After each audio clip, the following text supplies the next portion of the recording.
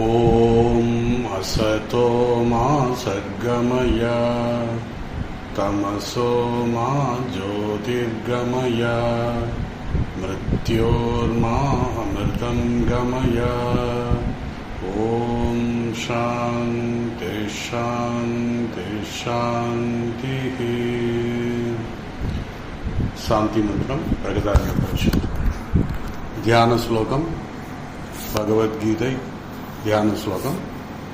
ஓம் பிரபன்ன பாரிஜாதாய தோத்ரவேத்ரைகபாணயே ஞானமுத்ராய கிருஷ்ணாய கீதாமிருததுகே நமः. சர்வோபனிஷதோ காவோ தோக்தா கோபாலநந்தனः பார்த்தோ வத்சசுதீர் போக்தா துக்தம் கீதாமிருதம் மஹத். வசுதேவசுதம் தேவம் கம்சசானூரமர்த்தனம் தேவகீ பரமானந்தம் கிருஷ்ணம் வந்தே ஜகத்குரும். மூகம் கரோதி வாசாலம் பங்கும் லங்கயதே கிரிம் யத்கிருபா தமஹம் வந்தே பரமானந்த மாதவம்.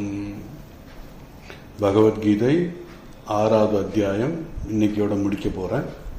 7வது அத்தியாயம் இன்ட்ரோடக்ஷன் முடிஞ்சா கொடுத்துட்றேன். நம்ம ஆத்ம சம்யம யோகம் அல்லது தியான யோகம் அப்படின்னு இந்த அத்தியாயத்தை நம்ம பார்த்துக்கிட்டு இருக்கோம். சம்யமம் என்றால் கட்டுப்படுதல். இந்த இடத்துல ஆத்ம சம்யம யோகம் அப்படின்னு சொன்னேன். சம்யமம் என்றால் கட்டுப்படுதல். எதை? ஆத்மாவை. ஆத்மான்னு இந்த இடத்துல மனதை குறிக்கிறது. அதனால இந்த யோகத்துக்கு பேர் ஆத்ம சம்யம யோகம் அல்லது தியான யோகம். ஸோ அதன்படி 44வது ஸ்லோகம் 6வது அத்தியாயத்தில் யோக பிரஷ்டனுடைய கடைசி நிலையை பற்றி பகவான் சொல்லிட்டு இருக்காரு. இப்போ பூர்வாபியாசேன தேனைவ 44வது ஸ்லோகம் படிக்கிறேன். பூர்வாபியாசேன தேனைவ கிரியதே ஹ்யவசோபி சஹ ஜிக்ஞாசுராபி யோகஸ்ய சப்த பிரம்மாதி வர்த்ததே. இதனுடைய சிம்பிள் மீனிங் என்னன்னா, தன் முயற்சியின்றி பூர்வ ஜென்ம அபியாச வேகத்தால் அவன் யோக சாதனத்தில் இழுக்கப்படுகிறான். வெறும் யோக ஆராய்ச்சியால் கூட வேதத்தை கடப்பவன் ஆகிறான். அதாவது முறைப்படி வேத ஆராய்ச்சி பண்ணி அதுக்கப்புறம் தான் போகணும். ஆனா இந்த பூர்வ அபியாசம் இருக்கிறனால இவன் எல்லாத்தையும் கடந்து போகிறான் அப்படின்னா, அந்த அளவுக்கு அந்த பூர்வ அபியாசம், பூர்வ சம்ஸ்காரம், பூர்வ ஜென்மத்தின் செய்த அந்த தவ வலிமை அவனை இழுத்து கொண்டு போகிறது அப்படிங்கிறத அந்த ஸ்லோகத்தை சொல்றாங்க. இப்ப ஸ்லோகத்துல பார்த்தா, இந்த ஸ்லோகத்தில் யோக பிரஷ்டன் எந்த விதத்தில் சாதனை செய்வான் என்று பகவான் தெளிவாக இந்த இதை சொல்கிறார், இந்த ஸ்லோகத்தை சொல்கிறார். இந்த யோக பிரஷ்டன் செய்த பூர்வ ஜென்ம கர்மம் எப்படி இங்கு இவனுக்கு உதவுகிறது என்பதைத்தான் இங்கு விளக்குகிறார். அதனாலதான் தொடங்கும் போது பூர்வ அபியாசேன தேனைவ, தேன ஏவ என்றால் அந்த பூர்வ அபியாசேன, அதாவது முன் ஜென்மத்தில் அவன் செய்த பூர்வ அபியாசேன, முன் ஜென்மத்தில் அவன் செய்த சாதனைகள் என்ன செய்தவன ரியதேன இழுக்கிறது. எதை நோக்கி? மோட்சத்தை நோக்கி, மோட்ச மார்க்கத்தில் அவனை இழுக்கிறது என்றால் அவனுடைய சுய கட்டுப்பாடு இன்றி, ஏன்னா தன்னுடைய வசம் இல்லாம அவன் அந்த யோக அபியாசம் அவன் பண்ணனால, நல்ல காரியம் செய்ததுனால, நல்ல அபியாசங்கள் செய்தனால அவனை அப்படியே அவனுடைய வசம் இல்லாமல் இழுத்து கொண்டு போகிறது. அப்போ அவனுடைய கட்டுப்பாடு இன்றி அந்த செயலை அவனை செய்ய தூண்டுகிறது. நல்ல செயலும் சரி, தீய செயலும் சரி, அவனுடைய அந்த செயலினுடைய சக்தியை பொறுத்து அவனை இழுத்து கொண்டு போகும். இதே தீய செயல் செய்திருந்தால், தீய சம்ஸ்காரங்கள் இருந்தால் அவனை தீய செயலுக்கு இழுத்து கொண்டு போகும். இதுதான் மகாபாரதத்துல கடைசி சண்டை முடிகிற தருவாயில துரியோதனன், இதுக்கு ஏற்கனவே நான் உங்கள்கிட்ட சொல்லியிருக்கேன், துரியோதனன் தன்னுடைய தொடையை உடைக்கப்பட்டு அங்க கிடக்கிறான். அப்போ அவனுடைய நண்பன் ஒருவன் பிராமணன், அவன் வர்றான், ஒரு கோவில் பூஜாரி. அவர் கேட்கிறாரு, துரியோதனா, நீ நன்கு விஷயம் அறிந்தவன், சாஸ்திரத்தை நன்கு அறிந்தவன், நீ சாதாரண ஆள் கிடையாது. உனக்கு தெரியும் இந்த போரின் முடிவு என்ன ஆகும் என்பதும் உனக்கு தெரியும். அப்படி இருந்தும் நீ ஏன் போர் புரிந்தாய்? நீ இதை தோல்வி அடைவாய் என்பது உனக்கு நல்லாவே தெரியும். ஏன்னா எல்லா விஷயமும் தெரிஞ்சவன் துரியோதனன், நன்கு படித்தவன். அப்படி இருக்கும்போது நீங்க எப்படி இந்த மாதிரி பண்ணீங்க அப்படின்ற மாதிரி சொல்லும்போது துரியோதனன் அது அழுதுகிட்டே சொல்றாரு, ஜானாமி தர்மம், எனக்கு தர்மம் என்னன்னு தெரியும், நச்சமே பிரவருத்தி, என்னால் அந்த தர்மத்தை கடைபிடிக்க முடியலை. காரணம் என்னுடைய தீய சம்ஸ்காரங்கள் என்னை அதிலிருந்து இழுத்து கொண்டு போய்விடுகிறது. அதே மாதிரி ஜானாமி அதர்மம், அதர்மம் என்னன்னு கூட தெரியும் எனக்கு. தர்மம் என்னன்னு தெரிஞ்சா கண்டிப்பா அதர்மம் என்னன்னு தெரியும் உனக்கு. அதனால என்னால் அதை என்ன அதை வசதி இழுத்துட்டு போகுது. அதனால நாம் செய்த நல்ல வினை, தீய வினை அது நம்மளை கொண்டு செல்லும். இதனால துரியோதனன் தன்னுடைய வசம் இல்லாமல் அந்த தீய சக்திகளால் இழுத்து கொண்டு சென்றால் அவன் அந்த மாதிரி காரியங்கள் செய்தான் என்பதைத்தான் சொல்றார். அதனால அந்த பூர்வ ஜென்மம், இந்த பூர்வ ஜென்ம சம்ஸ்காரத்தின் சக்தி இந்த யோக பிரஷ்டனுக்கு இருப்பதால் அந்த சாதனையினுடைய வலிமை அவனை இழுத்து கொண்டு மோட்ச மார்க்கத்துக்கு செல்கிறது. நான் இன்னும் சில காலம் சம்சாரத்தில் இருக்கிறேன் என்றாலும் முடியாத காரியம். ஏன்னா இன்னும் சில காலம் சம்சாரத்தில் இருக்கேன் அப்படின்னா கண்டிப்பாக அவனால் இருக்க முடியாது. காரணம் அந்த பூர்வ ஜென்ம சம்ஸ்காரம் அவனை இழுத்து கொண்டு போகும். நாம் செய்த நல்ல கர்மத்திற்கும் நாம் அதே போல அபியாசத்திற்கும் எவ்வளவு சக்தி இருக்கிறது என்பது நமக்கு இதில் தான் தெரியும்.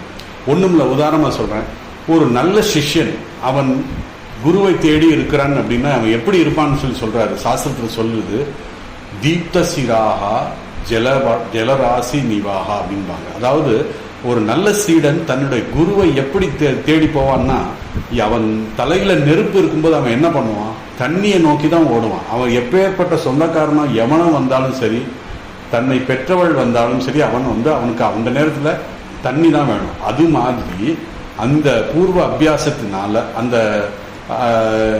அந்த அந்த செயல்னால அவன் அதை நோக்கித்தான் ஓடுவான்.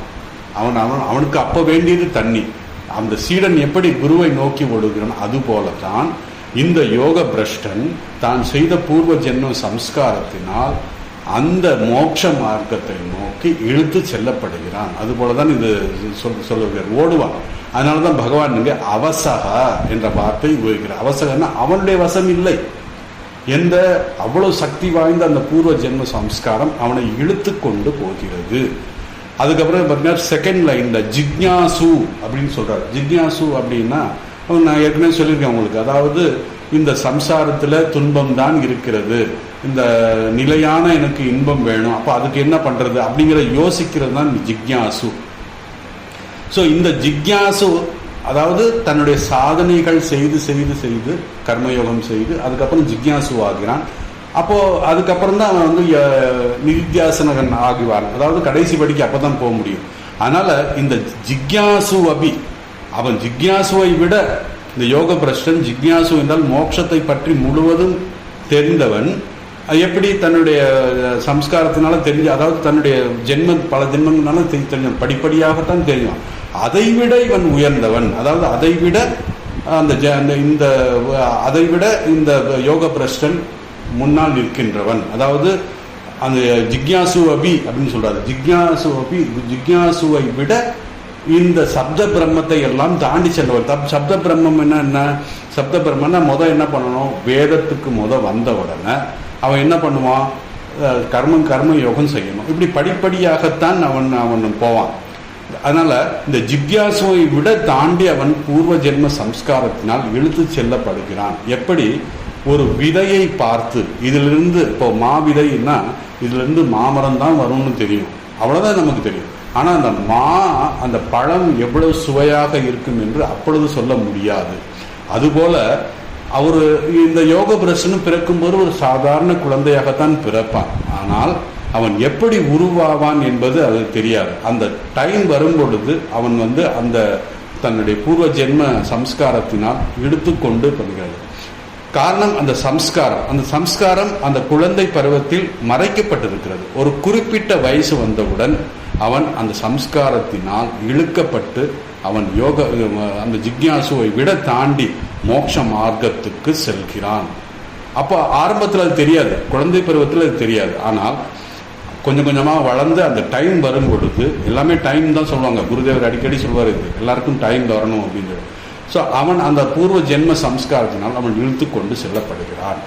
பகவான் ராமகிருஷ்ணர் தான் குழந்தையாக இருந்தபோது சொல்றாரு, அவர் கிரேட் மாஸ்டர் இந்த புத்தகத்தில் சொல்றாரு, பகவான் ராமகிருஷ்ணன் சொல்றாரு, நான் குழந்தையாக இருக்கும் பொழுது கொஞ்சம் வளர்ந்து ஒரு விவரம் தெரிஞ்ச உடனே அவர் என்ன நினைச்சானா, நான் என்னுடைய தந்தையை போல உண்மையை மட்டுமே பேச வேண்டும் என்றும், அதுக்கப்புறம் தாயை போல எவ்வளவு எளிமையாக இருக்க வேண்டும் என்றும் நான் நினைத்தேன்.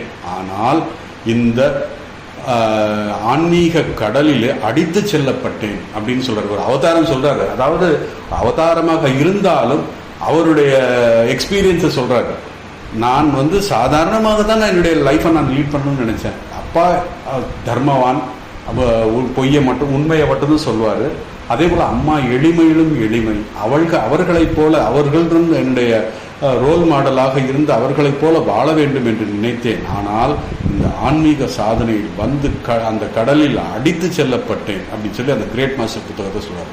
எனவே முதல் வரியில் முன் செய்த அபியாசத்தால் அவன் தன் வசம் இல்லாமல் மோட்ச மார்க்கத்துக்கு நோக்கி இழுத்து செல்லப்படுகிறான் என்று சொல்லிட்டு, இரண்டாவது வரியில் ஜிக்யாசு அபி என்கின்ற வார்த்தையை சொல்கிறார். அப்போ ஜிக்யாசு அப்படின்னா அவனை விட அந்த மோட்ச மார்க்கத்தில், அதாவது ஜிக்யாசு அந்த அனுபவத்தின் மூலமாக இந்த உலகத்துல இன்பமே இல்லை, சாஸ்வதம் இல்லை என்பதை புரிந்து கொண்டு அதுக்கப்புறம் தான் அடுத்த ஸ்டெப்பு போவான். ஆனா இவன் அதையெல்லாம் தாண்டி சப்த பிரம்மா அதிவர்த்ததே. சப்த பிரம்மன்னா வேதத்துல இருக்கிற அந்த கர்ம காண்டம். அதனாலதான் சொல்றாரு, கர்ம காண்டம் மொதல் கர்மங்கள் செய்ய வேண்டும், அதுக்கப்புறம் ஞான காண்டத்துக்கு வரணும், இப்படி படிப்படியாகத்தான் போகணும். ஆனா அதையெல்லாம் கடந்து இவன் வருகிறான். ஏன்?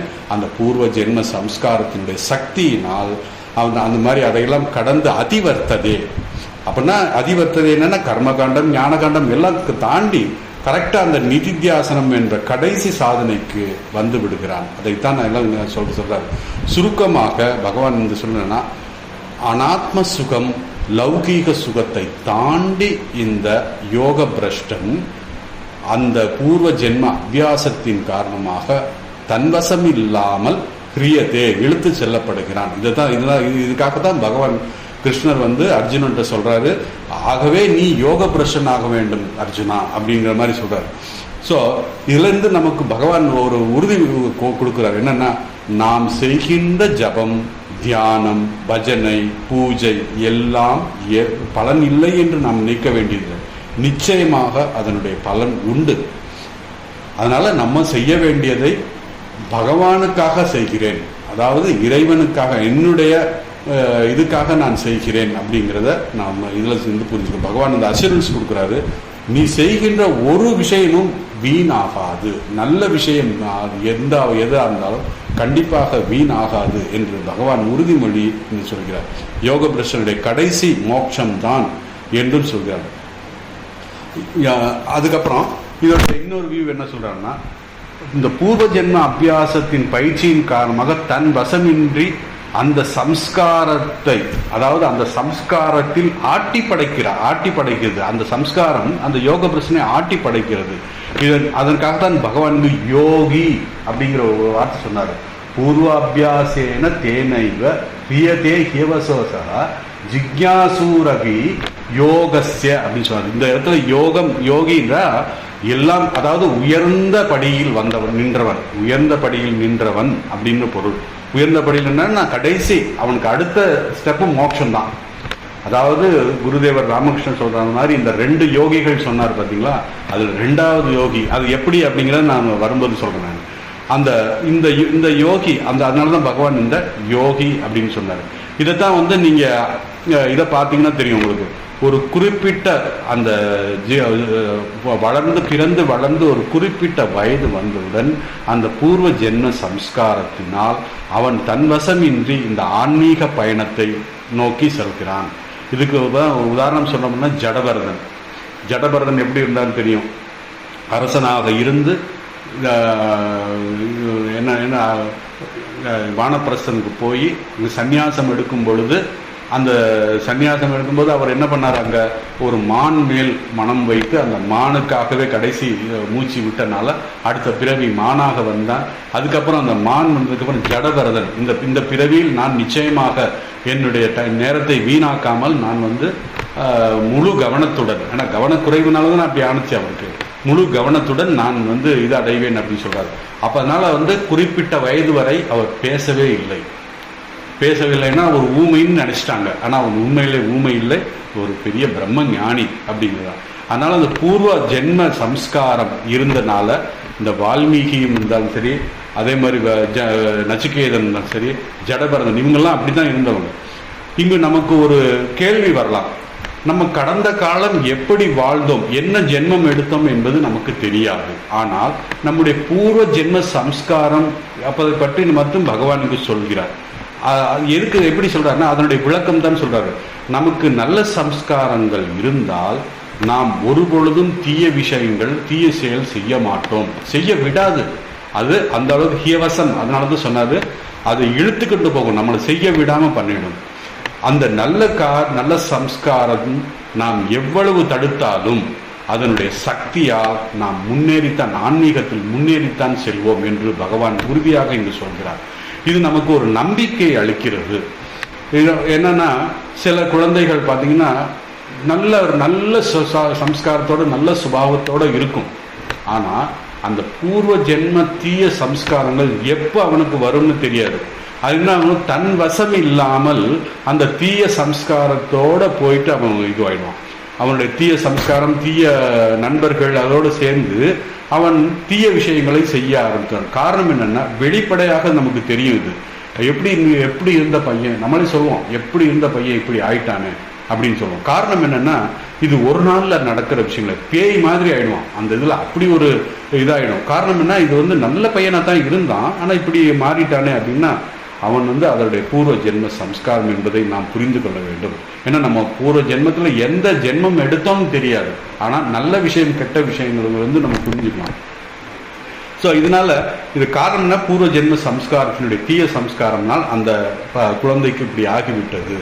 ஆகவே இது திடீரென்று வந்த பழக்கம் அல்ல, சென்ற ஜென்மத்தில் இருந்தது, அப்படி தொடர்ந்து வந்திருக்கிறது. அதுபோலதான் இந்த பூர்வ ஜென்ம சம்ஸ்காரம் நல்ல விஷயங்களும் அதே மாதிரி தான் கொண்டு போகும் அவனுக்கு. ஏன்னா நல்லது கெட்டது நம்ம எந்த அளவுக்கு இருக்கோமோ, அதனாலதான் ஒரு சுவாமி சொல்வாரு, நமக்கு கிடைத்த இந்த ஜென்மம், இந்த குடும்பம், இந்த வீடு, இந்த நண்பர்கள், இந்த தாய் தந்தை எல்லாம் இறைவன் கொடுத்த பரிசு.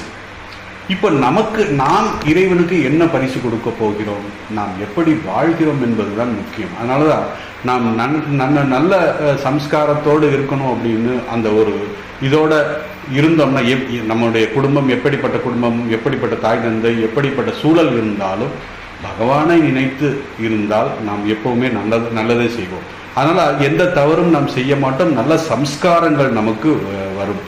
ஸோ இந்த நல்ல சம்ஸ்காரம் தீய சம்ஸ்காரம் அந்த நேரத்தில் வெளிப்படும். அது ஏன்னா அது தெரியாது, அந்த ஜென்மத்தில் அந்த பூர்வ ஜென்ம பழக்க வழக்கத்தினால் அந்த ஜென்ம பழக்கத்தினால் தொடர்ந்து அது வரும். அதனாலதான் கர்ம சம்சித்தா அப்படின்னு சொல்றோம்.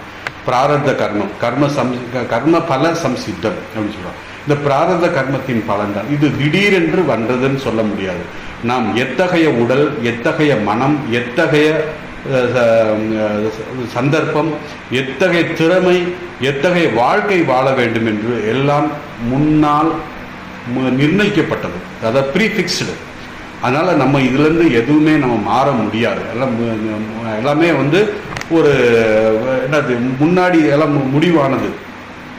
இந்த விஷயத்தில் பகவான் கீதையில பகவான் மீண்டும் நமக்கு ஞாபகப்படுத்துறார், நம்முடைய இந்த வாழ்க்கை நம்முடைய பூர்வ ஜென்மத்தின் தொடர்ச்சி தான் அப்படிங்கிறத முடிவு பண்றாங்க. அதனாலதான் நம்முடைய சனாதன தர்மத்தில் மட்டும்தான் ஜென்மம், பூர்வ ஜென்மம் இருக்குங்கிறத நம்ம நம்புவோம். மற்ற மதங்கள்ல தான் நம்புறது இல்லை. ஆனா அதுக்கு ஒரு தீர்வும், அதாவது நம்புறதில்லை அப்படின்னா எப்படி இப்படி வித்தியாசம் மனிதர்களே அந்த மனிதர்களும், அதாவது அந்த சமயத்தில் உள்ள மனிதர்களும் வேறுபட்ட குணங்களுடைய இருப்பாங்க. ஒரே ஒரு இஸ்லாமியர் அப்படின்னா, ஒரு கிறிஸ்தவர் அப்படின்னா ஒரே மாதிரி எல்லா கிறிஸ்தவனும் இருக்க மாட்டான், எல்லா இஸ்லாமியரும் இல்லை. காரணம் என்ன, அவன் பூர்வ ஜென்ம சன்மத்தில் சென்று நல்ல கெட்டதை வைத்து தான் வருகிறது.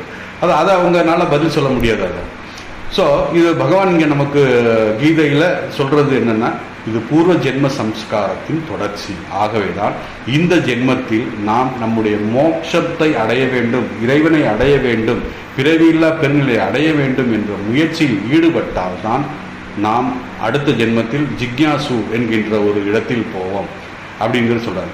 ஜிக்யாசு என்றால் என்ன? ஒருவனுக்கு ஆன்மீக பயிற்சி செய்ய வேண்டும், வாழ்க்கையில் இந்த சம்சாரத்தில் இருக்கும் துன்பத்திலிருந்து நாம் சாஸ்வதமான இடத்தை அடைய வேண்டும் என்று ஆழ்ந்து சிந்திக்கின்றவன் தான் ஜிக்யாசு. ஏன்னா ஜிக்யாசு என்ன பண்ணுவான்னா, சாஸ்திரம் என்ன சொல்கிறது என்று யோசிப்பான். சாஸ்திரம் என்றால் என்ன என்பதை தெரிந்து கொள்ள விரும்புவான். சாஸ்திரம் நமக்கு எப்படி வழிகாட்டுகிறது என்பதையும் யோசிப்பார். ஞானிகள் யார் அப்படி என்பதை, ஏன் அவர்கள் ஞானிகள் ஆனார்கள், ஞானிகள் ஏன் நமக்கு உபதேசம் செய்கிறார்கள், அவர்கள் உபதேசம் செய்வதற்கு என்ன காரணம், இறைவன் இருக்கிறானா, மற்ற உலகங்கள் இருக்கிறதா, நான் இந்த ஜென்மத்தில் இப்படி இருப்பேன் என்று பூர்வ ஜென்ம சம்ஸ்காரம் தான் காரணமா, என்னால் என்னுடைய வாழ்க்கையை மாற்றிக்கொள்ள முடியுமா, இந்த சம்சாரத்திலிருந்து விடுபட முடியுமா என்று எல்லாம் சிந்திப்பவன் தான் ஜிக்யாசு. ஆக ஜிக்யாசு என்பது அவன் தன்னுடைய கர்மங்கள் செய்து, கர்மத்தை யோகமாக செய்து, அதுக்கப்புறம் சிரவணங்கள் செய்து, மனனங்கள் செய்து, வாழ்க்கையினுடைய லட்சியம் இறைவனை அடைவதுதான் என்பதில் உறுதியாகி கொஞ்சம் கொஞ்சம் வரவன் ஜிக்யாசு. இந்த ஜிக்யாசுவை விட உயர்ந்தவன் அந்த யோக பிரஷ்டன், கடைசி படியில் இருக்கிறவன். அதாவது நிதித்தியாசகன் அப்படிங்கிற ஒரு வார்த்தை சொல்ற. நிதித்தியாசகன் தான் மிக உயர்ந்தவன். இந்த ஜிக்யாசுக்கு அப்புறம் தான் யோகம். ஆனா இவன் இந்த யோக பிரஷ்டன் தன்னுடைய பூர்வ ஜென்ம சம்ஸ்காரத்தினால் அந்த ஜிக்யாசு நிதித்தியாசகனாக மாறிவிட்டான் அப்படின்னு சொல்றாங்க. இது 44 45வது ஸ்லோகம் தான். 45வது ஸ்லோகத்திலையும் இந்த சொல்றது, பிரயத்னாத் யதமானஸ்து யோகி சம்சித்தின் கில்பிஷா அநேக ஜென்ம சம்சித்தி ததோ யாதி பராம் கதி. அதாவது அநேக ஜென்ம சம்சித்தின்னா இந்த யோக பிரஷ்டனாக இருந்து, அந்த செகண்ட் யோகியாக இருந்து எத்தனை ஜென்மங்கள் ஆனாலும் இறைவனுடைய நாமத்தை, இறைவனுடைய வழிபடுவதே ஆனந்தமாக கொண்டவன். அதனால ஜென்மத்தை பற்றி அவன் கவலைப்பட மாட்டான். பெரும் முயற்சியுடன் யோகி பாவங்களற்று புனிதவனாய் பல பிறவிகளில் பக்குவமடைந்து பிறவியில்லா பெருநிலையாகிய பராகதியை பெறுகிறான் என்று இந்த ஸ்லோகத்தில் பிரயத்னாத் அப்படிங்கிற ஒரு வார்த்தையோட சொல்றாரு. இப்போ இந்த ஸ்லோகத்துல பாத்தீங்கன்னா, யோக பிரஷ்டன் படிப்படியாக சாதனைகள் செய்து முன்னேறி மோட்சத்தை அடைகிறான் என்று பகவான் சொல்கிறார். அதனால பிரயத்னாத் யதமானஸ்ய என்றால் முயற்சி, தொடர்ந்து யதமானம் என்றால் முயற்சி. எப்படி பிரயத்னாத், மீண்டும் எந்த கவனக்குறைவும் இல்லாமல், அதாவது கவனக்குறைவுனால தான் அவன் வீழ்ந்தான். சென்ற இதுல ஸ்லோகத்தை யோக பிரச்சனை பத்தி சொல்லும் போது என்னாச்சு, கவனக்குறைவினால் அவன் விட்டான், அதே நேரத்தில் அவனுடைய பிராரதம் முடிஞ்சது அப்படின்னு சொன்னான். இங்கே மிக கவனத்துடன், எந்த கவனக்குறைவு இல்லாமல் நல்ல முறையிலே அவன் சாதனைகள் செய்கிறான். அதுக்காக தான் பகவான் இங்கு யோகி அப்படிங்கிற ஒரு வார்த்தை சொல்றார். யோகி அப்படிங்கிறார். ஏன்னா யோகின்னா இந்த இடத்துல யோக பிரஷ்டன், அதாவது யோக பிரஷ்டன் கடைசி நிலையில் நிற்கின்றவன் என்று பொருள். இங்கு யோக பிரஷ்டன் அல்லது சாதகன் என்று பொருள்.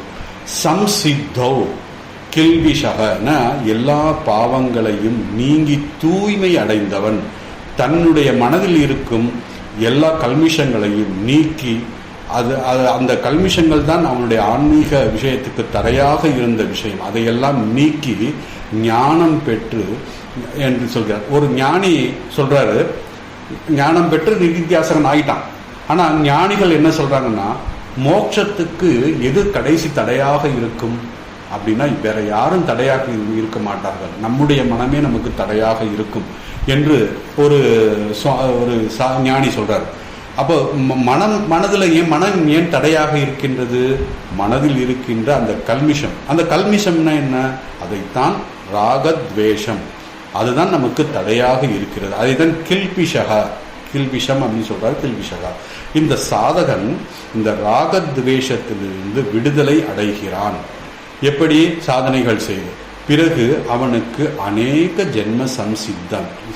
சம்சித்தம்னா மன தூய்மை. ஏன்னா பல ஜென்மங்களாக அவன் சாதனை செய்து அதனால அநேக ஜென்மம் அதனால தூய்மை அடைந்தான். கடைசியில் என்ன ஆகிறான்? ததா யாதி பராம்கதி. பராம்கதின்னா பிறவியில்லா பெருநிலை, மோட்சம். இறுதியில் அந்த மேலான நிலை யாதி, யாதி என்றால் அடைகிறான்.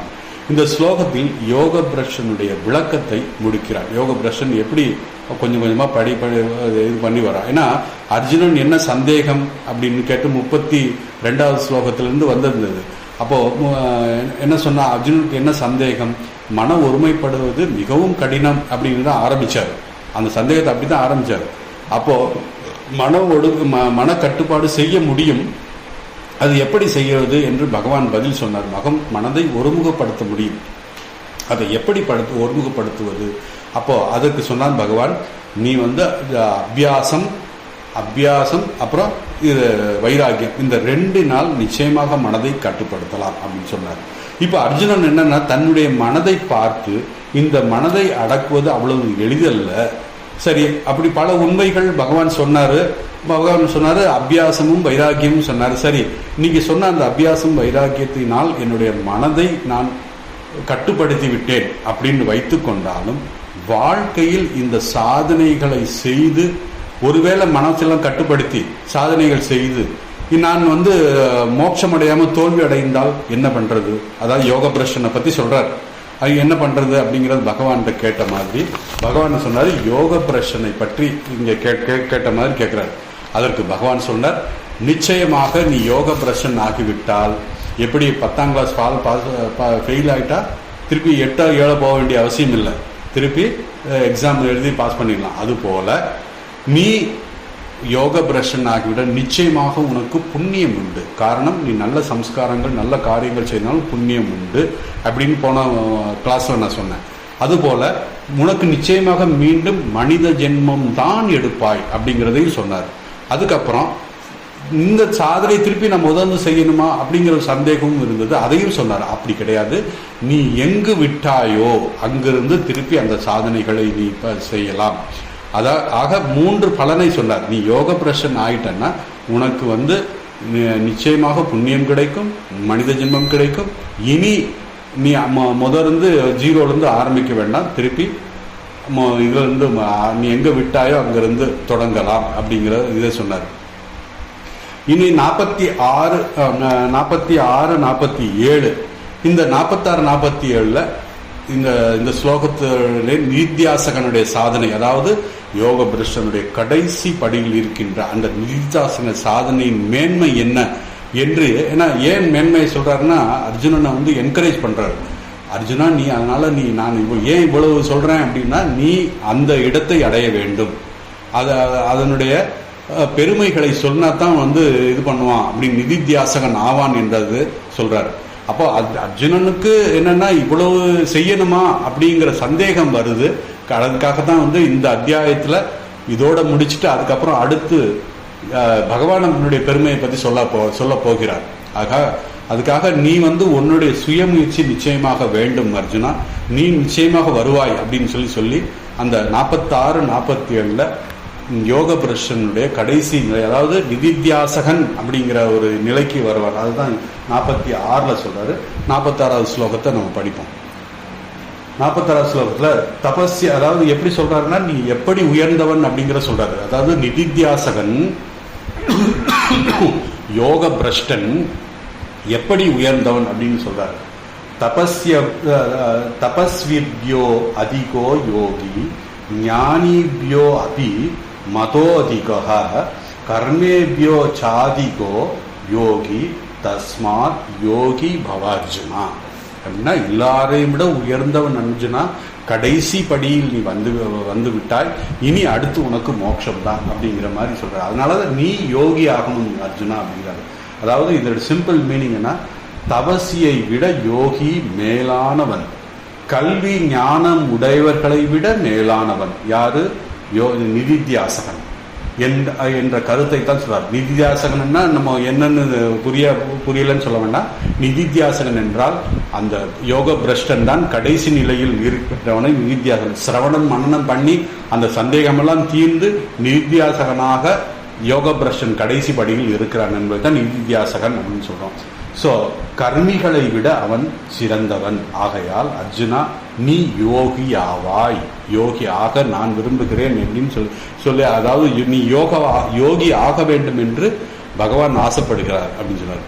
ஸோ இந்த ஸ்லோகத்துல நிதித்தியாசகன் உயர்ந்தவன் என்று, எப்படி உயர்ந்தவன் என்றும் சொல்கிறார். ஆன்மீகத்தில் அவனுக்கு பிடித்த சாதனைகள், ஏன்னா ஒவ்வொருத்தர் எல்லாருமே ஒரே ஆன்மீக சாதனை செய்ய மாட்டாங்க. அவங்க பிடித்த சாதனைகள் செய்து வருவார். சில கர்மயோகம் செய்வார், சிலவர் பக்தி யோகம், சிலவர் ஞான யோகம், சில பேர் தியான யோகம். இப்படி அவர்களுக்கு பிடித்த சாதனைகள் செய்து அவன் சாதகன் ஆகிறான். அதில் உயர்ந்தவன் சிறந்தவன் யார் என்றால் கடைசி. ஆனால் யாரு எந்த சாதனை செய்தாலும் கடைசி அங்கதான் வரணும். அப்போ எந்த சாதனைகள் செய்தாலும் கடைசியாக அவன் எங்கு வர வேண்டும் என்றால் நிதித்தியாசகன் என்ற இடத்துக்கு வர வேண்டும். மேலும் சாதனைகளுடைய கடைசி நிலை இந்த நிதித்தியாசகன். அவன் தூயவன் ஆகுகிறான். ஏனென்றால் எல்லா சாதனைகளையும் முடித்துவிட்டு அதனுடைய பலனையும் அவன் அடைகிறான். மற்ற சாதனைகளை விட இவன் உயர்ந்தவன். எப்படி உயர்ந்தவன் என்றால் கடைசி படியில் இருக்கிறான். ஆகவே அர்ஜுனா, நீ இந்த நிலையை அடைய வேண்டும் என்று பகவான் சொல்கிறார். ஏனென்றால் இந்த நிதித்தியாசகன் சாதனைகளில் கடைசி படியில் நிற்கிறான். அதற்கு முன்பு பல படிகள் இருக்கிறது. படிப்படியாக அந்த சாதனைகள் எல்லாம் செய்து இவன் இந்த உயர்ந்த நிலையை அடைந்திருக்கிறார். அதனால அர்ஜுனா, நீயும் அந்த இடத்தை அடைய வேண்டும். ஏன்னா எத்தனை படிகள் அப்படிங்கிறது நம்ம படிப்படியாக பண்ண சொன்ன இந்த ஸ்லோகத்தில் அதை தான் சொல்றாரு. வேதாந்தத்துக்கு வந்தவுடன், அதாவது வேதாந்தம் வந்தவுடன் சிரவண மனனம் வந்தவுடன் முதல் என்னன்னா வேதாந்தத்துக்கு வந்தவுடன் என்னன்னா ஆன்மீக பாதைக்கு வந்தவுடன் என்னன்னா கர்மயோகம் அப்படின்னு சொல்லுவான். கர்மயோகம், இந்த கர்மயோகம் தான் முதல் படி. அந்த கர்மயோகம் எப்படி வர்றான் அப்படின்னா கர்மம் செய்து அதனுடைய பலனை எதிர்பார்க்காமல் அவன் தன் இறைவனுக்காக பகவானுக்காக வழிபாடாக கர்மம் செய்கிறான். அந்த கர்மத்தினுடைய பலன் எதிர்பார்க்கவில்லை. ஏன் எதிர்பார்க்கவில்லை என்றால், நான் இது பகவானுக்காக செய்கிறேன், இது வழிபாடாக செய்கிறேன். அதனால அவன் அது என்னத கர்ம யோகம் ஆயிடுச்சு. பாருங்க, கர்மம் அது கர்ம யோகம் ஆயிடுச்சு. அல்லது தர்மத்தின்படி வாழ்ந்தவன் கூட அதை அப்படிதான் சொல்லலாம், கர்மயோகின்னு கூட சொல்லலாம். ஆகவே சாதகன் முதல் படி கர்மயோகம். இந்த சாதனையில் அவன் அடைகின்ற பலன் என்ன? இதெல்லாம் நம்ம 3வது அத்தியாயத்தில் பார்த்துட்டோம். ஜஸ்ட் இருந்தாலும் சொல்றேன் நான். என்ன அவன் பலன் அடைகிறான்? வைராகியம், விவேகம், முமுட்சுத்துவம். இந்த 3ம் அவனுக்கு பலனாக கிடைக்கிறது. என்ன திடீர்னு நான் இந்த 3 சொல்றேன்னா எப்படி வருது அப்படின்னா, ஒவ்வொரு மனிதர்களுக்குள் விவேகம் இருக்கிறது. ஒவ்வொருத்தருக்கும் விவேகம் இருக்கிறது. ஆனால் அந்த விவேகம் அறியாமையினால் மறைக்கப்பட்டிருக்கிறது. அப்போ அவன் என்ன செய்யணும் அப்படின்னா கர்மயோகம் தான் அதுக்கு தீர்வு. அந்த கர்மயோகத்தை செய்வதன் மூலமாக அவனுடைய விவேகம் வெளிப்படும். விவேகத்தினால் என்ன பலன் என்று கேட்டால், பிரித்து அறியும் சக்தி அவனுக்கு கிடைக்கிறது. பிரித்து அறியும் சக்தி என்ன?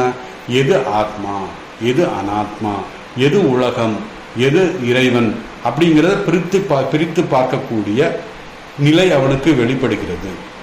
ஏன்னா நித்தியமான ஒரு வஸ்துவை எனக்கு கிடைத்தால் அநித்தியமான வஸ்துவை பிரித்து பார்ப்பான். எது நித்தியம் எனக்கு, எது அநித்தியம் என்று பிரித்து பார்த்து நித்தியமான வஸ்துவை அடைய வேண்டும் என்ற எண்ணம் வருகிறது அவனுக்கு. அதைத்தான் முமுட்சுத்துவம் அப்படிங்கிறோம். அப்போ இப்போ விவேகத்தினால் பலன் வந்து முமுட்சுத்துக்கு வந்துட்டான். இப்போ நித்தியமானது எனக்கு வேண்டும் என்றால் அனித்தியத்தை விட வேண்டும். அனித்தியத்தை மீண்டும் நான் அனித்திய பக்கமே போக மாட்டேன், அனாத்மா பக்கமே போக மாட்டேன் என்பதற்கு என்ன வேண்டும்? வைராகியம் வேண்டும். ஏன்னா அது எனக்கு வேண்டாம், இனிமேல் எனக்கு அது வேண்டாம். ஸோ ஆக கர்மத்தினால் கர்மம் செய்ய கர்மத்தை யோகமாக செய்ய அவனுக்கு என்ன பலன் கிடைக்கிறது? அவனுக்கு விவேகம் வருகிறது. விவேகம் வந்தவுடன் முமுட்சுத்துவம் வருகிறது. அதாவது மோட்சத்தில் ஆசை வருகிறது. அதுக்கப்புறம் அதனால அவனுக்கு வைராக்கியம் வருகிறது. இந்த 3 பலனும் அவனுக்கு கிடைக்கிறது. அதாவது பிரித்து பார்த்து எது நித்தியம் எது அநித்தியம் என்பதை அவன் புரிந்து கொள்ளக்கூடிய சக்தி அவனுக்கு கிடைக்கிறது, நித்தியமான விஷயத்தை. மேலும் இன்னொரு விஷயம் சொல்றார் பகவான், இந்த விவேகம் ஒரு அறிவு. இது நல்லது, இது கெட்டது, இது நித்தியமானது, இது அநித்தியமானது என்ற அறிவு மட்டும்தான். ஆனால் அதை அடைய வேண்டும் என்பதற்கு ஆசை வேண்டும்.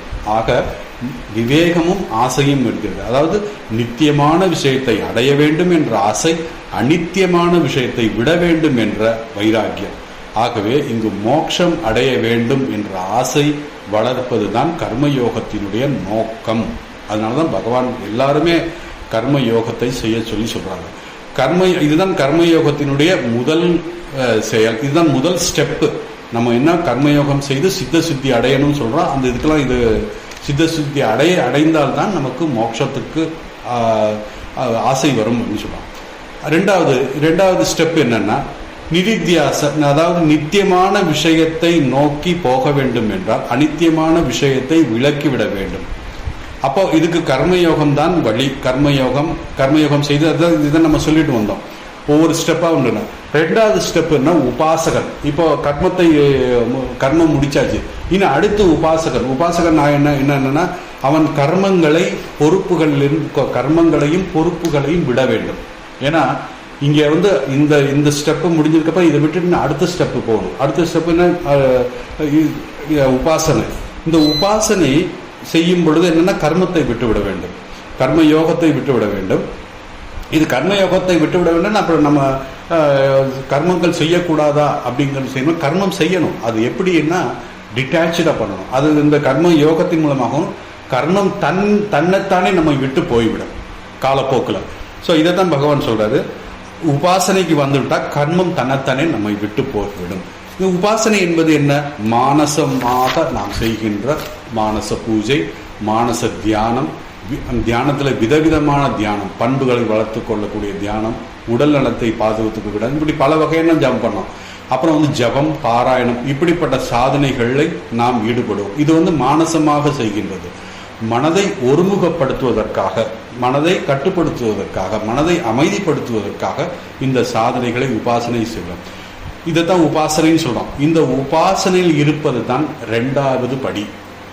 இனி 3வது படி என்ன, கர்மத்துக்கு சற்று உயர்ந்தவன் அவன் யாரு, உபாசகன். இந்த உபாசகன் சமதம என்ற 2 பலனை அவன் அடைகிறான். கர்மத்தின் மூலமாக விவேக, வைராக்கியம், முமுட்சத்துவம் கிடைச்சது. 2வது படி, இந்த உபாசகனுக்கு என்ன பலன் கிடைக்கும் என்றால் சமதம. சமம் என்றால் மனத்தை கட்டுப்படுத்த முடியும் அவனால். தம என்றால் இந்திரிய ஒழுக்கம் அவனுக்கு இருக்கும். இந்த 2ம் இருந்தால் நமக்கு சிறந்த பண்புகள் அவனை அடைய முடியும்.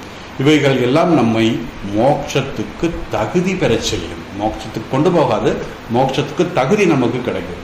அதுக்கப்புறம் தான் 3வது படி. இந்த தகுதியெல்லாம் வந்ததுக்கு அப்புறம் வேதாந்த சிரவணம், சாஸ்திரம் கேட்டல். இந்த நிலையில் சாஸ்திரம் என்ன சொல்கிறது என்று ஆராய்ச்சி செய்கிறான். பிறகு சிறிது காலத்துக்கு பிறகு சிரவணம் செய்து மனனம் செய்து, சாஸ்திரத்தை சிரவணம் செய்து மனனம் செய்து, அதன் மூலமாக அவனிடம் வருகின்ற சந்தேகங்களை நீக்கிக் கொள்கிறான். இந்த சந்தேகம் நீக்குவதனால் அவன் நிதித்தியாசகன் ஆகிறான். ஆகவே முதலில் கர்மயோகி, பிறகு உபாசகன், பிறகு ஞானம், சிரவண மனன நிதித்தியாசனம், அதுக்கப்புறம்தான் நிதித்தியாசகன் ஆகிறான்.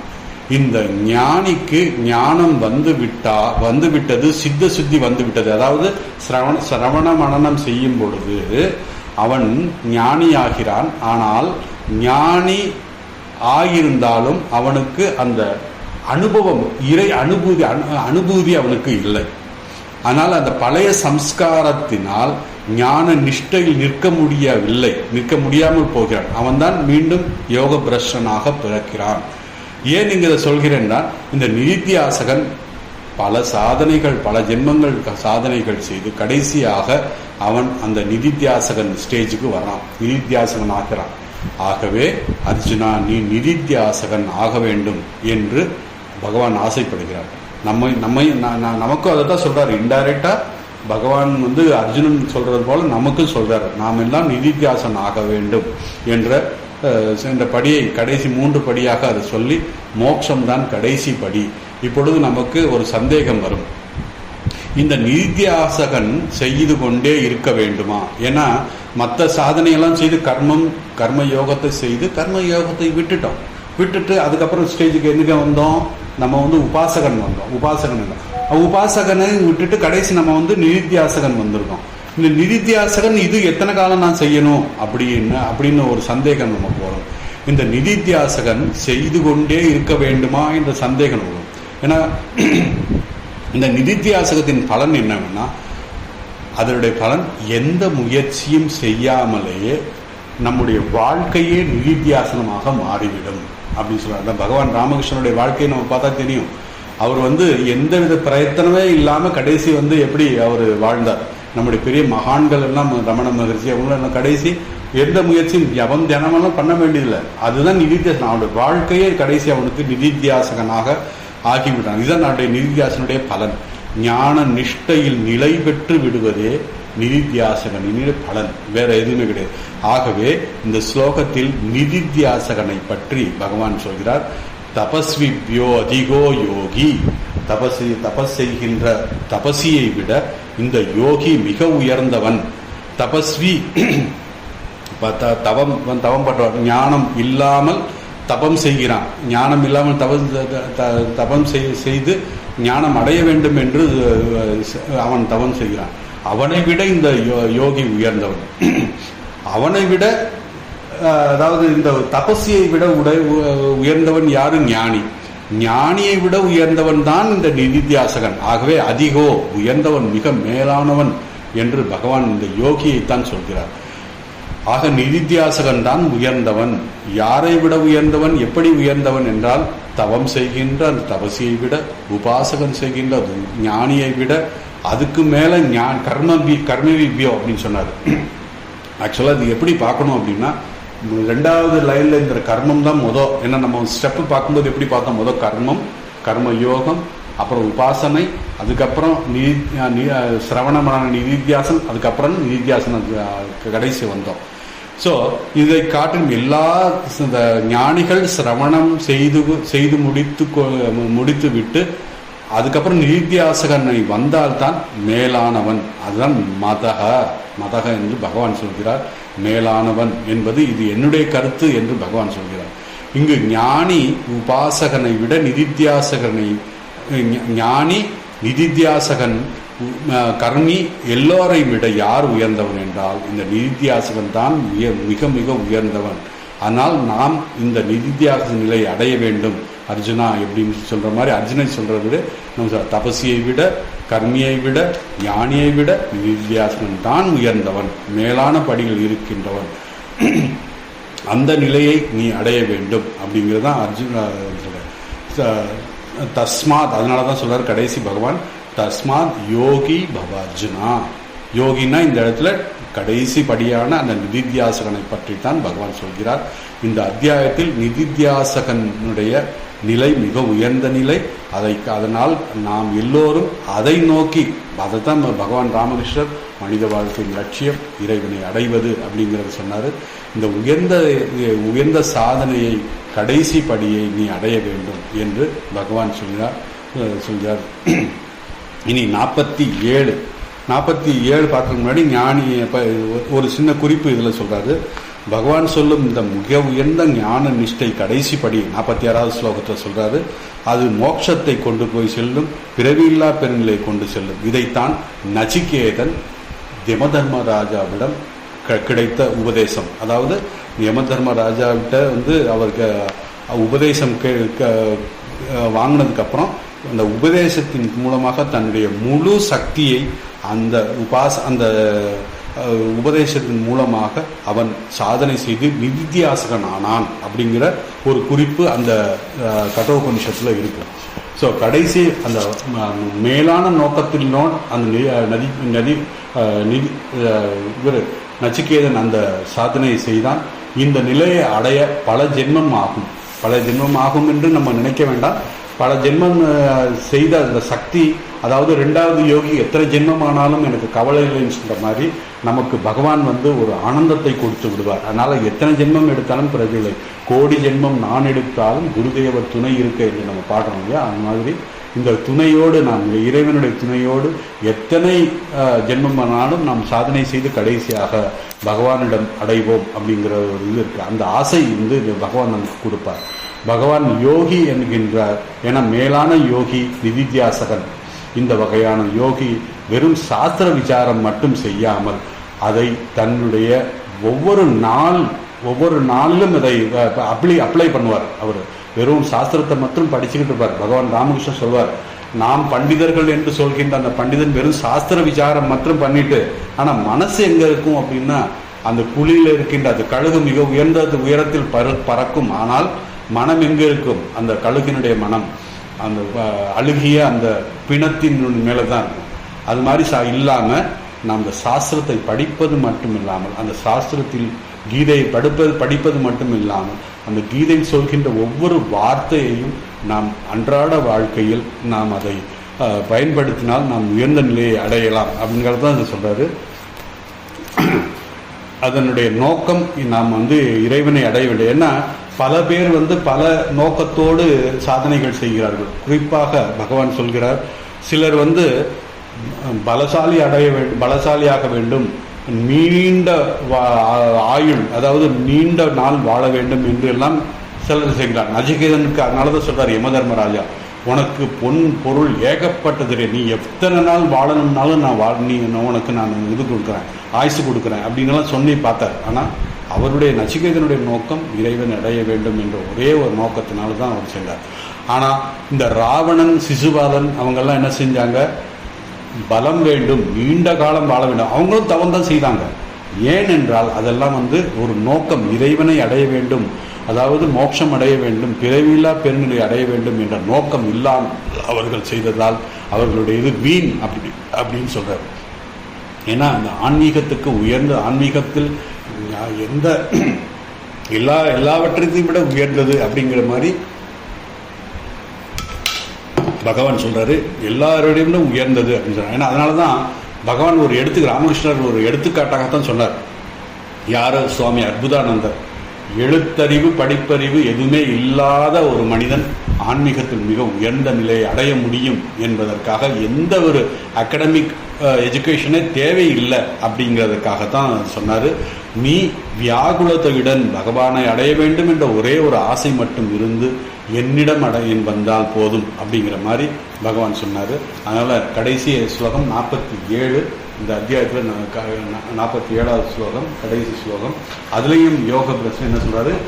யோகினாமதி சர்வேஷாம் மத்கதேன அந்தராத்மனா ஸ்ரத்தாவான் பஜகே யோமா சமே யுக்ததமோ மதஹா அப்படிங்கிறாரு. ஏன்னா யார் ஸ்ரத்தையுடன் சித்தத்தை என்பால் வைத்து என்னையே பூஜிக்கிறானோ அவன் யோகிகள் எல்லாருக்கும் மேலானவன் என்ற கருத்தை பகவான் இங்கு சொல்கிறார். அதாவது அவனுக்கு வந்து அகடமிக் இதெல்லாம் எதுவுமே தேவையில்லை, என்னுடைய மனம், அதாவது வியாகுலத யோகம், பகவான் ராமகிருஷ்ணன் சொன்ன அந்த வியாகுலத யோகத்தை சொன்ன மாதிரி சொல்றார்.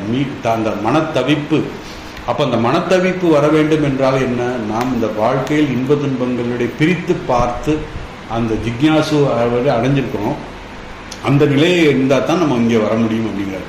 ஸோ மீண்டும் பகவான் நிதித்தியாசகன் தான் உயர்ந்தவன் என்று சொல்லி இந்த அத்தியாயத்தை முடிக்கிறார். பல இடங்களில் அவர் வந்து நம்ம வந்து தியானம் அப்படிங்கிற ஒரு வார்த்தையை தவறாக நாம் பயன்படுத்தியிருக்கிறோம். ஏன்னா சரி, தியானங்கள் பல வகைன்னு சொன்னோம் இல்லையா? நம்ம முதல் இன்ட்ரோடக்ஷன், 6வது அத்தியாயத்தில் இன்ட்ரோடக்ஷனே சொன்னேன். 4 வகையான தியானங்கள், அது ஒவ்வொருத்தரும் ஒவ்வொரு நோக்கத்தோடு செய்வாங்க. ஆனால் நம்முடைய கடைசி நோக்கம் என்னவாக இருக்க வேண்டும்னா, உயர்ந்த தியானம் எதுவென்றால் நிதித்தியாசன தியானம் தான். அதுதான் நமக்கு பிறவியில்லா பெருநிலையை தரும். மற்ற தியானங்களும் ஏதோ ஒரு நோக்கம், உள்நோக்கம் இருக்கும்.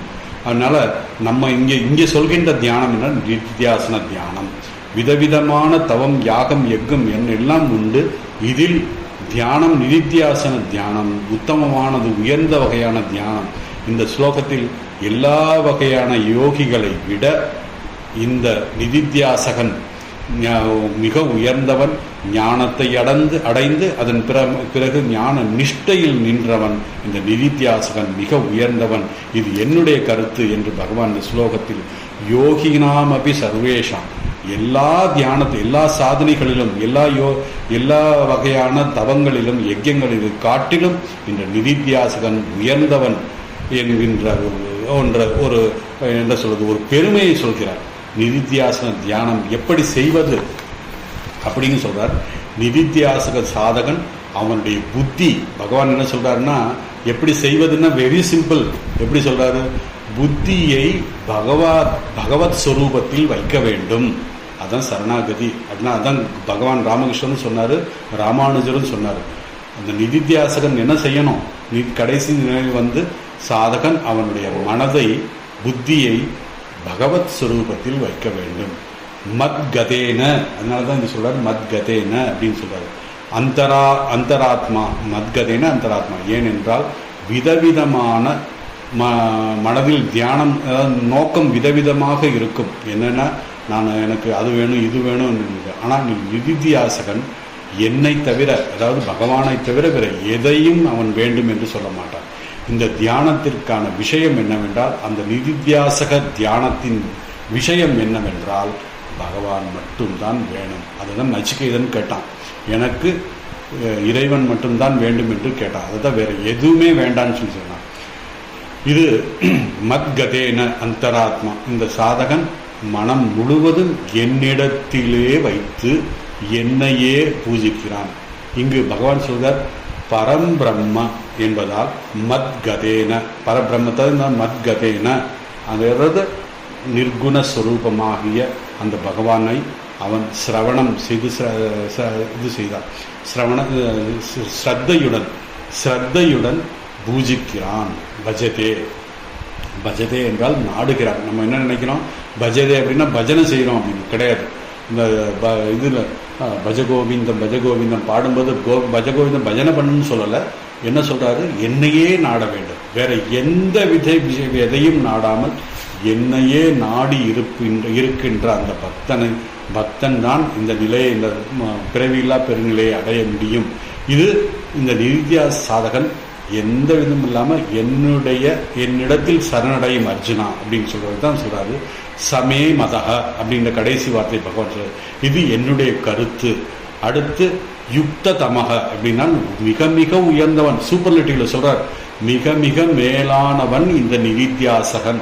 அதனால் அர்ஜுனா நீ நிதித்தியாசகன் ஆக வேண்டும் என்ற கருத்தை பகவான் இந்த ஸ்லோகத்தில் சொல்லி, இந்த ஏன் இதை சொல்றாரு அப்படின்னா, பகவான் ஏன் சொல்றாருன்னா, ரெண்டு வகையான யோகிகள் இருக்கார்கள். அதாவது நிதித்தியாசகர்கள் ரெண்டு வகையாக இருக்கிறார்கள். பகவான் சொல்கிறார், இந்த வகையான யோகிகள் என்னையே சரணடைப்பார்கள் அப்படின்னா, அதனாலதான் மத்கதேன அப்படின்னு சொல்றார். மத்கதேன என்னையே. ஏனென்றால் யோகிகள் இரண்டு வகை. இதுல என்ன வித்தியாசம் அப்படின்னா, சில யோகிகள் ராஜயோகின்னு சொல்லுவாங்க. ராஜயோகிகள் என்னன்னா, அவர்கள் தங்களையே நம்பி இருப்பார்கள். மிகவும் தன்னம்பிக்கையுடன் உருவ வழிபாடு உபாசனை செய்யாமல், அதாவது சகுண பிரம்மனையோ உருவ வழிபாடு செய்யாமலேயே நிர்குணத்திற்கு சென்று சாதனை செய்கிறார்கள். அது மிகவும் கடினம். ஏன்னா சந்நியாசனர் மகாபாவோ துக்கமேவ அயோகதக அப்படின்னு சொல்லி 6வது அத்தியாயத்தில் சொன்னார். சந்நியாசஸ்து மகாபாவோ துக்க அயோகதக அப்படிங்கிற சொல்றார். அதாவது சந்நியாசம் மிக உயர்ந்த நிலை அடையாதது, நிர்குணத்தை அடைய வேண்டும் என்றால் நீ யோகியாக இருந்தால் மட்டும்தான் அடைய முடியும். ஏனென்றால் அது மிகவும் கடினம். ஏன்னா யோகிகள் பல ஜென்மாந்தரமாக தன்னுடைய சாதனைகள் செய்து அவன்தான் நிர்குணத்தை உபாசிக்கக்கூடிய சக்தி அவனுக்கு கிடைக்கும். அதனால சொல்றாரு. ஏன்னா இது நம்ம பார்க்கிறோம், இந்த வகையான ராஜயோகிகள் தன்னையே நம்பி இருப்பார்கள். பகவானை நம்பலன்னு அர்த்தம் இதுல இன்டைரக்டா. அப்போ அவர்கள் உபாசனை செய்வார்கள். இதுக்கு உதாரணம் யாருன்னா, நம்ம பகவான் ராமகிருஷ்ணனுடைய குருவாகிய தோத்தாபுரி வாழ்க்கையில் என்ன நடந்ததுன்னு தெரியும் உங்களுக்கு.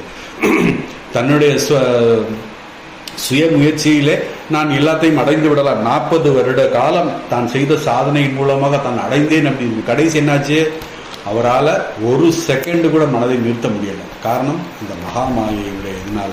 அப்புறம் இந்த மகாமாயை இப்படி அதை புரிந்து கொண்டான், இறைவனுடையது வேலைதான் என்று புரிந்து கொண்டார். அதுக்கப்புறம் அவர் மாறினார். அதனால மற்ற சில யோகிகள், அதாவது அந்த பகவான் ராமகிருஷ்ணர் எப்படி செஞ்சார் அப்படிங்கிறதையும் பார்ப்போம். பகவான் ராமகிருஷ்ணன் அவரை போல அவர்கள் முழுவதுமாக அம்மா அம்மா அம்மான்னு பவதாரண்யம் சரணடைந்தார்கள். இப்படி ஒரு சில முதல் வகையான யோகிகள் தன்னையே நம்பி இருப்பவர்கள். இரண்டாவது வகையான யோகிகள் அவர்கள் முழுக்க முழுக்க இறைவனையே சரணடைந்து என்னையே, அதாவது இங்கே கிருஷ்ணரையே சரணடைந்து பகவான் பரம்பொருளே சரணடைந்து, எப்படி ஒரு பிறந்த குழந்தை தன்னுடைய தாயே சார்ந்து இருக்கின்றானோ அதுபோல இந்த சாதகன் தன் இறைவனையே சார்ந்து இருப்பான். அதனால மத்கதேன அப்படின்னு சொல்றாரு. அதனாலதான் சொல்றாரு, அர்ஜுனா நீ என்னை சார்ந்து இருந்தால் நான் உன்னை என்னுடைய மடியில் வைத்து ஆத்ம தத்துவத்தை புரிய வைப்பேன் அப்படிங்கிற மாதிரி சொல்றாரு. நீ என்னிடம் விட்டு, அதனால சர்வதர்மான் பரித்தீஜன் கடைசி சொல்லிட்டார். என்னிடம் விட்டு நான் பார்த்துக் கொள்கிறேன் என்றார். இந்த அத்தியாயத்தின் தியானம் எப்படி, இந்த சுருக்கமா இந்த அத்தியாயத்தில் என்ன சொன்னார் பகவான், தியானத்தை எப்படி செய்வது, எப்படி மனதை அடக்குவது, இந்த தியானம் செய்வதன் மூலமாக நமக்கு என்ன பலன் கிடைக்கும், இந்த முயற்சி செய்வதன் மூலமாக இறைவனை அடைய முடியவில்லை என்றால் என்ன நடக்கும் அப்படிங்கிறதை கடைசி ஆன்மீக பயிற்சியில் வீழ்ந்தவன், அதாவது இந்த யோக பிரஷன் ஆனவன் கூட கடைசியாக மீண்டும் பல ஜென்மத்தில் அடுத்த ஜென்மத்தில் அவன் வருவான். ஆனால் அவனுக்கு எந்த நஷ்டமும் கிடையாது, எதுவும் வீண் கிடையாது. ஆன்மீக பயிற்சி ஒரு பொழுதும் வீணால். சொல்பம் அபியசிய தர்மசிய, இந்த ஆன்மீக சாதனை நீ சிறிது செய்திருந்தாலும் சொல்பம் அபியாசேன தர்மசிய திராயதோ மகதோ பயா, நீ சிறந்த மிக உயர்ந்த பயத்தை கூட நீ வெல்லலாம் அப்படிங்கிற ஒரு விஷயத்தை பகவான் இந்த ஸ்லோகத்தில் சொல்லி 6வது அத்தியாயத்தை முடித்து விட்டார். இனி 7வது அத்தியாயம். 7வது அத்தியாயம் ஞான விஞ்ஞான யோகம் அப்படிங்கிற அந்த யோகத்தினுடைய அந்த அத்தியாயத்தினுடைய பெயர். இது இந்த அத்தியாயம் நமக்கு 7வது அத்தியாயம் போகிறதுக்கு முன்னாடி 6வது அத்தியாயத்தில் சில முக்கியமான ஸ்லோகங்கள் மனதில் வைத்துக் கொள்ளக்கூடிய ஸ்லோகங்கள் இருக்கிறது. அதை நம்ம கொஞ்சம் ஒரு ஃப்ளாஷ்பேக் மாதிரி ஒரு ஃப்ளாஷாக ஒரு என்ன சொல்றது ஒரு பார்த்துட்டோம்னா நமக்கு கொஞ்சம் இதாக இருக்கும். இந்த அத்தியாயத்தில் 6வது அத்தியாயத்தில் முக்கியமாக சில ஸ்லோகங்கள் நம் மனதில் வைத்துக் கொள்ள வேண்டிய அவசியம் இருக்கிறது. முதலில் 6வது அத்தியாயத்தில் என்ன சொன்னோம்னா, பகவான் யார் உண்மையான சந்நியாசி அதைத்தான் சொன்னாரு. கர்மயோகத்தை தான் முதல் டச் பண்றாரு. அனாஸ்ரித கர்ம பலம். அனாஸ்ரிதா ஆஸ்ரித, அனாஸ்ரிதனா ஆஸ்ரிதனா சார்ந்து, அனாஸ்ரிதனா சாராது. யாரு அந்த கர்ம பலனை சாராது இருக்கிறானோ அவன்தான் உண்மையான சந்நியாசி அப்படின்னா. சந்நியாசி யோகி ரெண்டுமே ஒண்ணுதான். அதனுடைய பொருள்கள் சொல்லிட்டார். நீ அந்த யாரு எந்தவித கர்ம பலனை எதிர்பாராமல் கர்மத்தை செய்கின்றனோ அவன்தான் சந்நியாசி, அவன்தான் யோகி அப்படிங்கிற ஒரு முக்கியமான விஷயத்தை பகவான் இந்த அத்தியாயத்தில் முதல் சொன்னார். ரெண்டாவது, நம் மனதில் கொள்ள வேண்டியது என்னன்னா, அந்த அத்தியாயத்தின் பெயர் தியான யோகம், ஆத்ம சம்யம யோகம். நம்ம ஒவ்வொரு கிளாஸ்லையும் நான் அதை சொல்லியிருக்கேன். ஆத்மா என்றால் இந்த இடத்தில் மனம், சம்யமம் என்றால் கட்டுப்படுத்துதல், சுய கட்டுப்பாடு அப்படின்னு பொருள். இந்த அத்தியாயத்தில் உண்மையான சன்னியாசி யார் என்று சொல்லிட்டு கடைசி என்ன சொன்னார்னா, அகத்துறவு புறத்துறவு 2 துறவை பற்றி சொன்னார். இதில் அகத்துறவு மிக மிக முக்கியமானது என்பதையும் பகவான் இங்கு சொல்கிறார். யோகி அவன் அகத்துறவு புறத்துறவு ரெண்டுமே வேணும். பொதுவாக அகத்துறவு தான் மிக முக்கியம். புறத்துறவு என்பது அடையாளம் மட்டும்தான். அது இல்லை என்றாலும் ஒன்றும் பிரச்சனை இல்லை அப்படின்னு சொன்னாங்க. அதனால பகவான் ராமகிருஷ்ணன் அமுத மொழிகளில் பல இடங்களில் நாம் எந்த செயலை இந்த கர்மயோகத்தை சொல்லும் போது என்ன சொன்னார் பகவான் அமுத மொழிகள் என்ன சொல்றாருன்னா, நாம் செயலை விட வேண்டும். ஆனா சன்னியாசி அப்படிங்கிறது செயலை எல்லாம் விட்டுடுறது அப்படிங்கிற ஒரு எண்ணம் எல்லாருக்கும் இருக்கு. அமுத மொழிகள்ல பகவான் என்ன சொன்னாருன்னா, செயல் நீ பக்குவம் அடைய செயல் உன்னை விட்டு போகும். நீ செயலை விட வேண்டும் என்று எண்ணம் கூட உனக்கு வேண்டாம். நம்முடைய ஆன்மீக முன்னேற்றம் வர வர வர ஆட்டோமேட்டிக்காக நம்மிடமிருந்து அந்த கர்மம் விலகி போகும். எப்படி அது ஒரு உதாரணம் சொல்கிறாரு, ஒரு இடத்துல நமக்கு அடிபட்டு ஒரு புண்ணு ஆகிருக்குன்னு வச்சுக்கணும். அந்த புண்ணை நம்ம வச்சு இது ஆறி போச்சான்னு டெய்லி பார்த்து அதை கையை வச்சு ஏதாவது நோண்டிக்கிட்டு இருந்தோம்னா என்ன ஆகும், அந்த காயம் பெரிதாகிவிடும். அதை நம்ம பார்க்காம இருந்துட்டு கொஞ்சம் அந்த இடத்துல ஒரு மருந்தை மட்டும் போட்டு நம்ம விட்டுட்டோம்னா அது பாட்டுக்கு அது காயம். அதுபோல் இந்த கர்மம் நம்மை விட்டு தானாக விலகிவிடும் அப்படின்னு சொல்றாரு. மூணாவது, உண்மையான சந்நியாசி கர்மயோகத்துக்கும் எந்த வித்தியாசமும் இல்லை. கர்மயோகிக்கும் உண்மையான சன்னியாசிக்கும் எந்த வித்தியாசமும் இல்லை. கடைசியில் ரெண்டும் ஒரே இடத்தில் நிதித்தியாசகன் அப்படிங்கிற ஒரு இடத்துக்கு தான் போகுது. அதனால யோகியாக போகிறது. நம்முடைய ஆசைகள் அனைத்தும் விட்டு விடுவது, நம்பிக்கையுடன் இறைவனை மட்டுமே சார்ந்து இருப்பது தான் அதோடைய நோக்கம். யோகியாக இருந்தாலும் சரி, கர்மயோகியாக இருந்தாலும் சரி, ஞான யோகியாக இருந்தாலும் சரி, அதாவது சன்னியாசியாக இருந்தாலும் எந்த எதிர்பார்ப்பும் இல்லாமல் முழு நம்பிக்கையுடன் இறைவனையே சார்ந்து இருப்பது தான் அப்படின்னு சொல்கிறார். நாலாவது, சந்நியாச யோகத்திற்கும் கர்ம யோகத்துக்கும் ஒரே ஒரு வித்தியாசம் என்னன்னா, நாம் சாஸ்திர ஞானம் இல்லாத போது, குருவின் துணை இல்லாத போது நாம் கர்மத்தினுடைய பலன் கருதாமல், மற்ற சுயநலங்கள் இல்லாமல் நாம் செய்யும் கர்மம் நம்மை பற்றின்மையாக்கும். ஆனால் இந்த சந்நியாசி அவன் சாஸ்திர ஞானத்துடன் அவன் செய்கின்ற கர்மங்கள், அதாவது சாஸ்திர ஞானத்துடன் குருவுடைய துணையுடன் அவன் செய்கின்ற கர்மம் பகவான் அர்ப்பணமாக அவன் செய்து விடுகிறான். அதுதான் அவனுக்கு. நமக்கு இது கர்மயோகி தெரியாம செய்யறான், ஆனால் ஞான யோகி அதாவது சன்னியாசி தெரிந்து செய்கிறான். இதுதான் வித்தியாசம். ஸோ ஆன்மீக பாதையில் முதல் படி கர்மயோகம். அதாவது கர்மம் இல்லை என்றால் என்ன ஆகும் அப்படின்னா, சோம்பேறி ஆகிவிடும், கபடன் ஆகிவிடுவான் என்று பகவான் இதை நமக்கு எச்சரிக்கிறார். ஏன்னா எது உண்மையான ஆன்மீகம் அப்படிங்கிறது தெரியாமல் போயிடும். அதனால ஆரம்பத்தில் நாம் கர்மயோகம் செய்ய வேண்டும். கர்மயோகத்தினால் நம்ம சித்த சுத்தி அடையும். அதுக்கப்புறம் உபாசனை, அதுக்கப்புறம் தியானம் செய்வது. நம்முடைய ஆழ்மனதில் அப்போதான் நமக்கு இந்த கர்மங்கள் செய்யத்தான் நம்முடைய ஆழ்மனதில் என்ன இருக்கிறது என்பது நமக்கு தெரியும். இவைகள் எல்லாம் நம்மை பற்றற்ற தன்மையை உண்டாக்கும், விவேகத்தை உண்டாக்கும், வெளிப்படுத்தும், வைராக்கியத்தை வெளிப்படுத்தும். நம்முடைய மனதில் இருக்கும் ஆசைகள் எல்லாம் ஆசைகளிலிருந்து நம்மை பந்தப்படுத்தாமல் நம்மை பார்த்து கொள்ளும் அப்படின்னு சொல்லிட்டு, இன்னும் இந்த இன்ட்ரோடக்ஷன் இன்னும் அந்த மிக அருமையான சில ஸ்லோகங்கள் எல்லாம் நம்ம ஞாபகப்படுத்திட்டு, 7வது அத்தியாயம், அதாவது முதல் சர்க்கம் 6, அதாவது 6 அத்தியாயங்கள் கொண்டது முதல் சர்க்கம் அப்படிங்கிறத நம்ம பார்த்தோம். அந்த சர்க்கத்தினுடைய முக்கியத்துவம் என்ன, அடுத்து 2வது சர்க்கம் நம்ம என்ன பார்க்க போகிறோம். சர்க்கம் என்றால் 6 அத்தியாயம். இந்த 18 அத்தியாயத்தை 3 சர்க்கமாக 3×18, அது ஏற்கனவே நான் இன்ட்ரோடக்ஷனே சொல்லியிருக்கேன். மீண்டும் அதை ஒரு ஞாபகப்படுத்திவிட்டு நாம் அடுத்த வகுப்பில் அதை கொஞ்சம் ஞாபகப்படுத்திட்டு இனி அடுத்த ஸ்லோகத்துக்கு போவோம். ஓம் வசுதேவசுதம் தேவம் கம்சசானூரமர்த்தனம் தேவகி பரமானந்தம் கிருஷ்ணம் வந்தே ஜெகத்குரும்.